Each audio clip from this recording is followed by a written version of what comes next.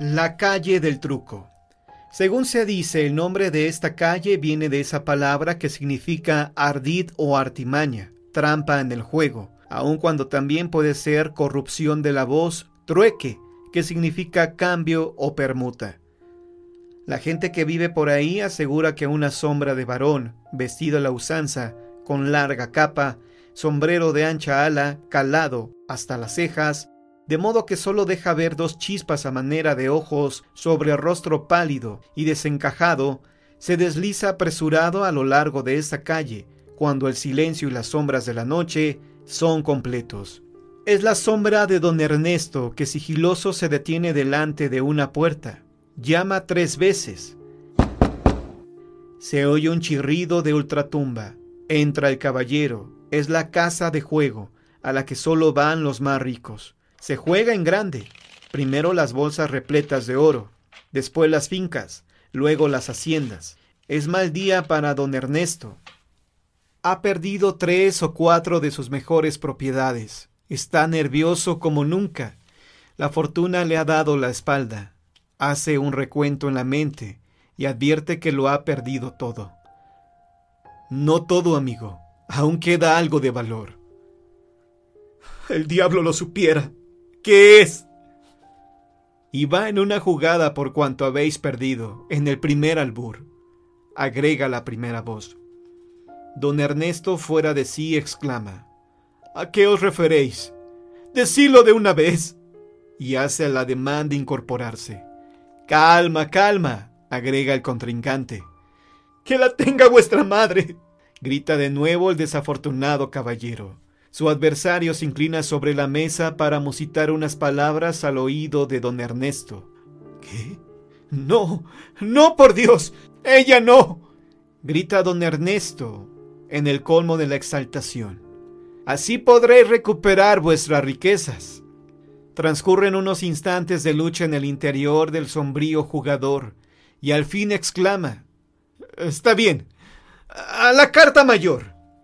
Su amigo, parsimoniosamente, coloca sobre la mesa 2 cartas, una sota de oros y un 6 de espadas. «¡A la sota!», grita don Ernesto temblando de emoción. Se deslizan los naipes fatídicos: 7 de bastos, 3 de oros, caballo de copas, y al fin aparece la carta maldita, el 6. Perdéis nuevamente. El caballero queda mudo, sin moverse, como desplomado sobre sí mismo. Ha jugado a su bella esposa. Es hombre de palabra y tiene que cumplir. Esta vez su adversario fue el propio diablo. Por eso don Ernesto no vio una sola jugada. Es la calle del truco. La calle de la quemada.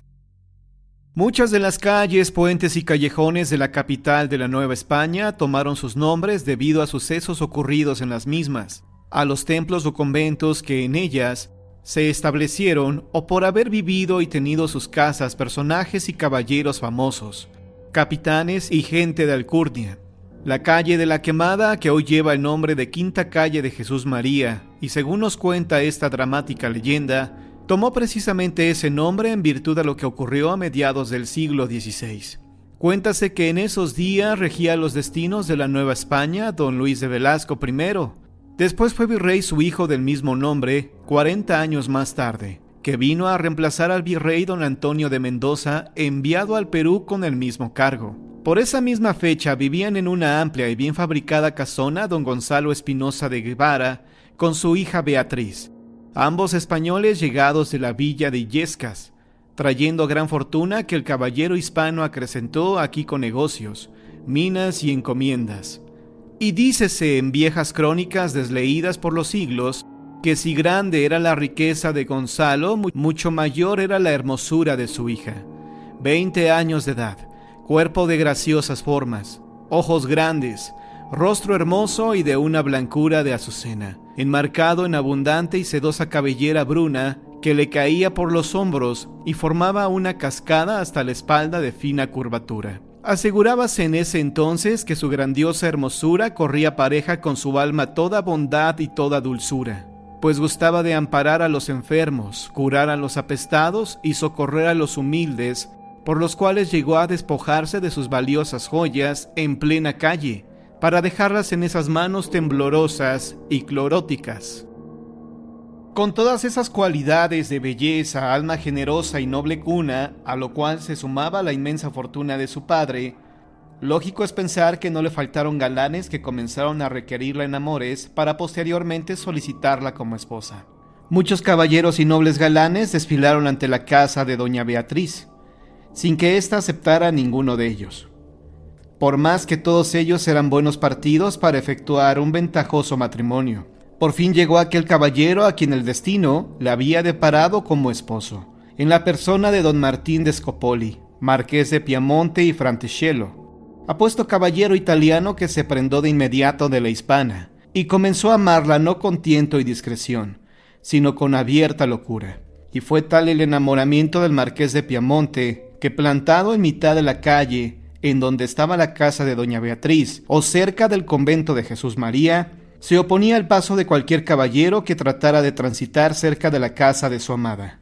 Por este motivo no faltaron altivos caballeros que contestaron con hombría la impertinencia del italiano, saliendo a relucir las espadas.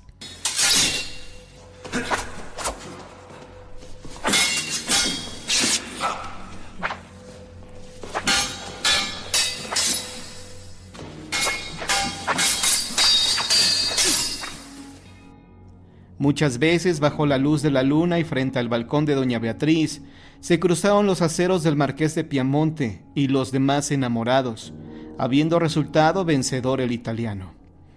Al amanecer, cuando pasaba la ronda por esa calle, siempre hallaba un caballero fallecido, herido o agonizante, a causa de las heridas que produjera la hoja toledana del señor de Piamonte. Así, uno tras otro iban cayendo los posibles esposos de la hermosa dama de la villa de Illescas. Doña Beatriz, que amaba ya intensamente a don Martín, por su presencia y galanura, por las frases ardientes de amor que le había dirigido y las esquelas respetuosas que le hizo llegar por manos y conducto de su ama, supo lo de tanta sangre corrida por su culpa, y se llenó de pena y de angustia, y de dolor por los hombres fallecidos, y por la conducta celosa que observaba el de Piamonte. Una noche, después de rezar ante la imagen de Santa Lucía, virgen mártir que se sacó los ojos, tomó una terrible decisión tendiente a lograr que don Martín de Scopoli, marqués de Piamonte, y Francescello dejara de amarla para siempre. Al día siguiente, después de arreglar ciertos asuntos que no quiso dejar pendientes, como su ayuda a los pobres y medicinas y alimentos que debían entregarse periódicamente a los pobres y conventos, despidió a toda la servidumbre, después de ver que su padre salía con rumbo a la casa del factor. Llevó hasta su alcoba un brasero, colocó carbón y le puso fuego. Las brasas pronto reverberaron en la estancia. El calor en el anafre se hizo intenso, y entonces, sin dejar de invocar a Santa Lucía y pronunciando entre lloros el nombre de don Martín, se puso de rodillas y clavó con decisión su hermoso rostro sobre el brasero. Crepitaron las brasas. Un olor a carne quemada se esparció por la alcoba, antes olorosa a jazmín y almendras, y después de unos minutos doña Beatriz pegó un grito espantoso y cayó desmayada junto al anafre. Quiso Dios y la suerte que acertara a pasar por ahí el fraile mercedario fray Marcos de Jesús y Gracia, quien por ser confesor de doña Beatriz entró corriendo a la casona después de escuchar el grito tan agudo y doloroso. Encontró a doña Beatriz aún en el piso. La levantó con gran cuidado y quiso colocarle hierbas y vinagre sobre el rostro quemado, al mismo tiempo que le preguntaba qué le había ocurrido. Y doña Beatriz, que no mentía, y menos a fray Marcos de Jesús y Gracia, que era su confesor, le explicó los motivos que tuvo para llevar a cabo tan horrendo castigo, terminando por decirle al mercedario que esperaba que ya con el rostro horrible, don Martín el de Piamonte no la celaría. Dejaría de amarla y los duelos en la calleja terminarían para siempre. El religioso fue en busca de don Martín y le explicó lo sucedido, esperando también que la reacción del italiano fuera en el sentido en que doña Beatriz había pensado, pero no fue así. El caballero italiano se fue deprisa a la casa de doña Beatriz, su amada, a quien halló sentada en un sillón sobre un cojín de terciopelo carmesí, su rostro cubierto con un velo negro que ya estaba manchado de sangre y carne negra. Con sumo cuidado le descubrió el rostro a su amada, y al hacerlo no retrocedió horrorizado. Se quedó atónito, apenado, mirando la cara hermosa y blanca de doña Beatriz, horriblemente quemada. Bajo sus antes arqueadas y pobladas cejas había 2 agujeros con los párpados chamuscados. Sus mejillas sonrosadas eran cráteres abiertos por donde escurría sanguaza, y los labios antes bellos, carnosos, dignos de un beso apasionado, era una rendija y formaban una mueca horrible. Con este sacrificio doña Beatriz pensó que don Martín iba a rechazarla, a despreciarla como esposa, pero no fue así. El marqués de Piamonte se arrodilló ante ella y le dijo con frases en las que campeaba la ternura: «Ah, doña Beatriz, yo os amo no por vuestra belleza física, sino por vuestras cualidades morales. Sois buena y generosa, sois noble y vuestra alma es grande». El llanto cortó estas palabras y ambos lloraron de amor y de ternura. «En cuanto regrese vuestro padre, os pediré para esposa, si es que vos me amáis», terminó diciendo el caballero. La boda de doña Beatriz y el marqués de Piamonte se celebró en el templo de la Profesa, y fue el acontecimiento más sensacional de aquellos tiempos. Don Gonzalo de Espinosa y Guevara gastó gran fortuna en los festejos, y por su parte el marqués de Piamonte regaló a la novia vestidos, alhajas y mobiliario traídos desde Italia. Claro está que doña Beatriz al llegar ante el altar se cubría el rostro con un tupido velo blanco, para evitar la insana curiosidad de la gente, y cada vez que salía a la calle, sola, al cercano templo a escuchar misa, o acompañada del esposo, lo hacía con el rostro cubierto por un velo negro. A partir de entonces la calle se llamó Calle de la Quemada, en memoria de este acontecimiento que ya en cuento o en leyenda han repetido varios autores, siendo estos datos los auténticos y que obran en polvosos documentos.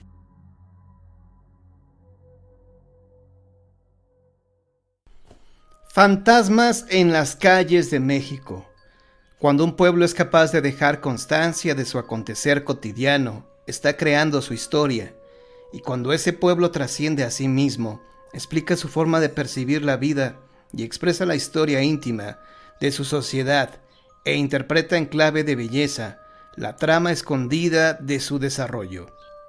Hoy viajaremos a través del tiempo y de la leyenda de México, todas ellas signadas por la veracidad histórica, o bien por la fantasía llena de gracia y encanto de la imaginación de quienes han sabido contarlas, relatos, detalles, escritos, crónicas, anécdotas, que han servido para detallar esas calles que oímos nombrar, sin tener a veces la sagacidad de que en ellas se resume mucho de un país fascinante, como lo es México.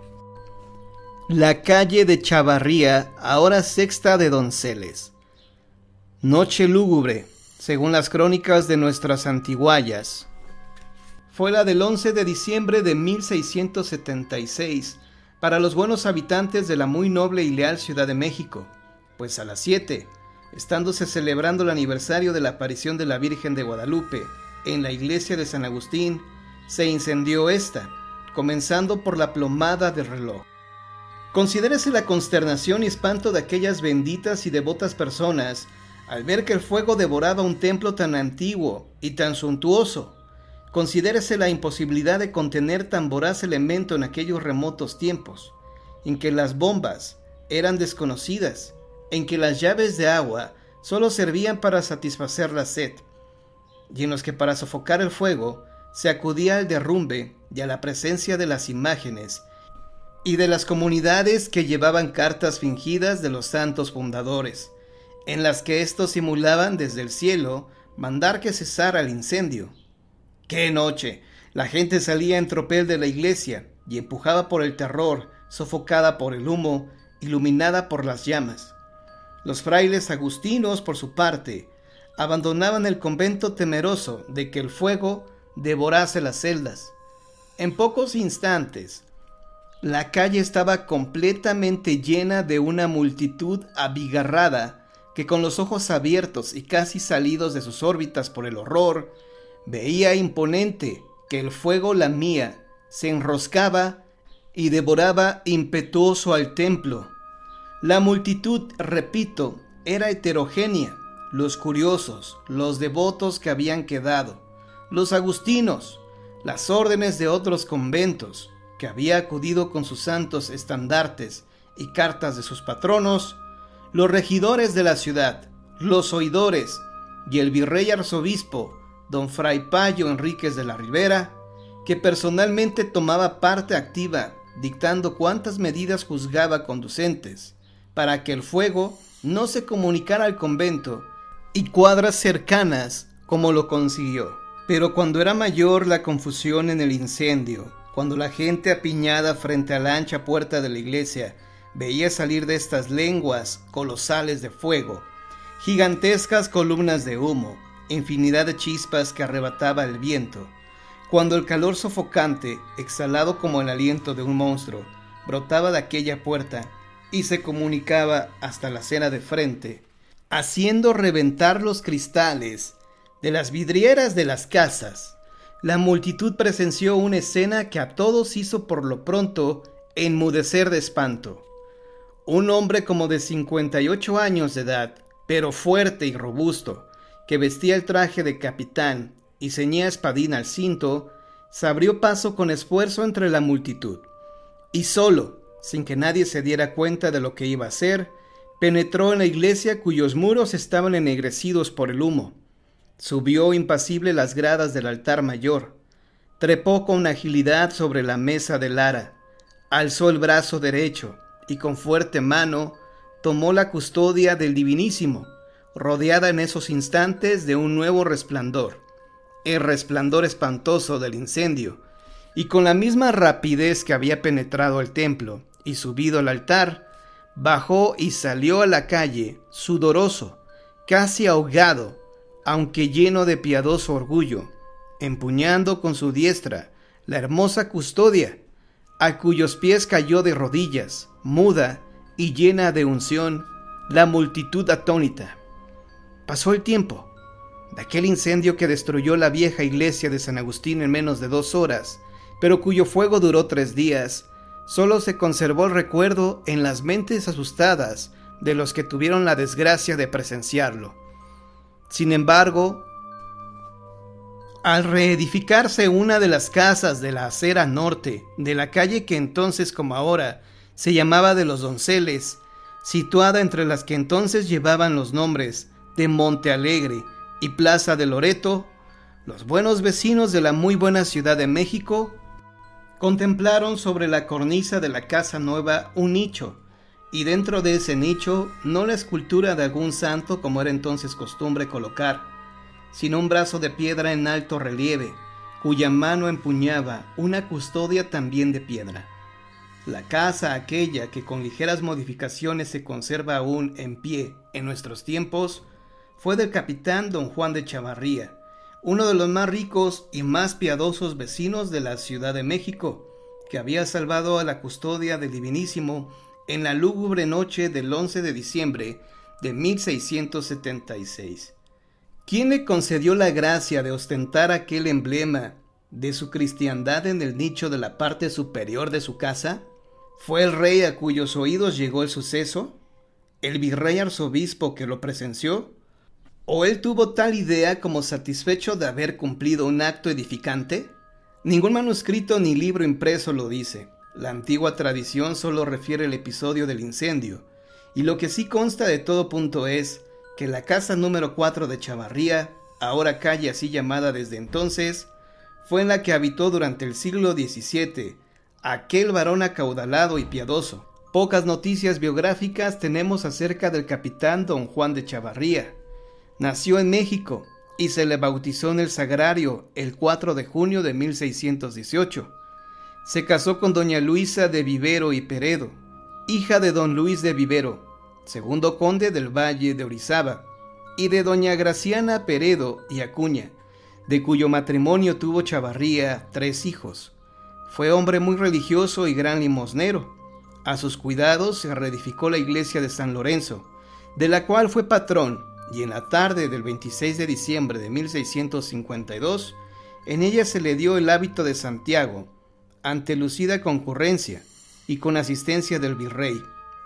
Don Juan de Chavarría falleció en México y en su mencionada casa del 29 de noviembre de 1682, legando una fortuna de unos 500,000 pesos. Y como patrono que era de San Lorenzo, sobre su sepulcro se le erigió una estatua de piedra que lo representaba de rodillas sobre un cojín y en actitud devota. Hoy ya no existe el monumento sepulcral levantado a su memoria. Su buena fama dio nombre a una calle y el símbolo de su piedad se conserva en el antiguo nicho de la vieja casa de su morada.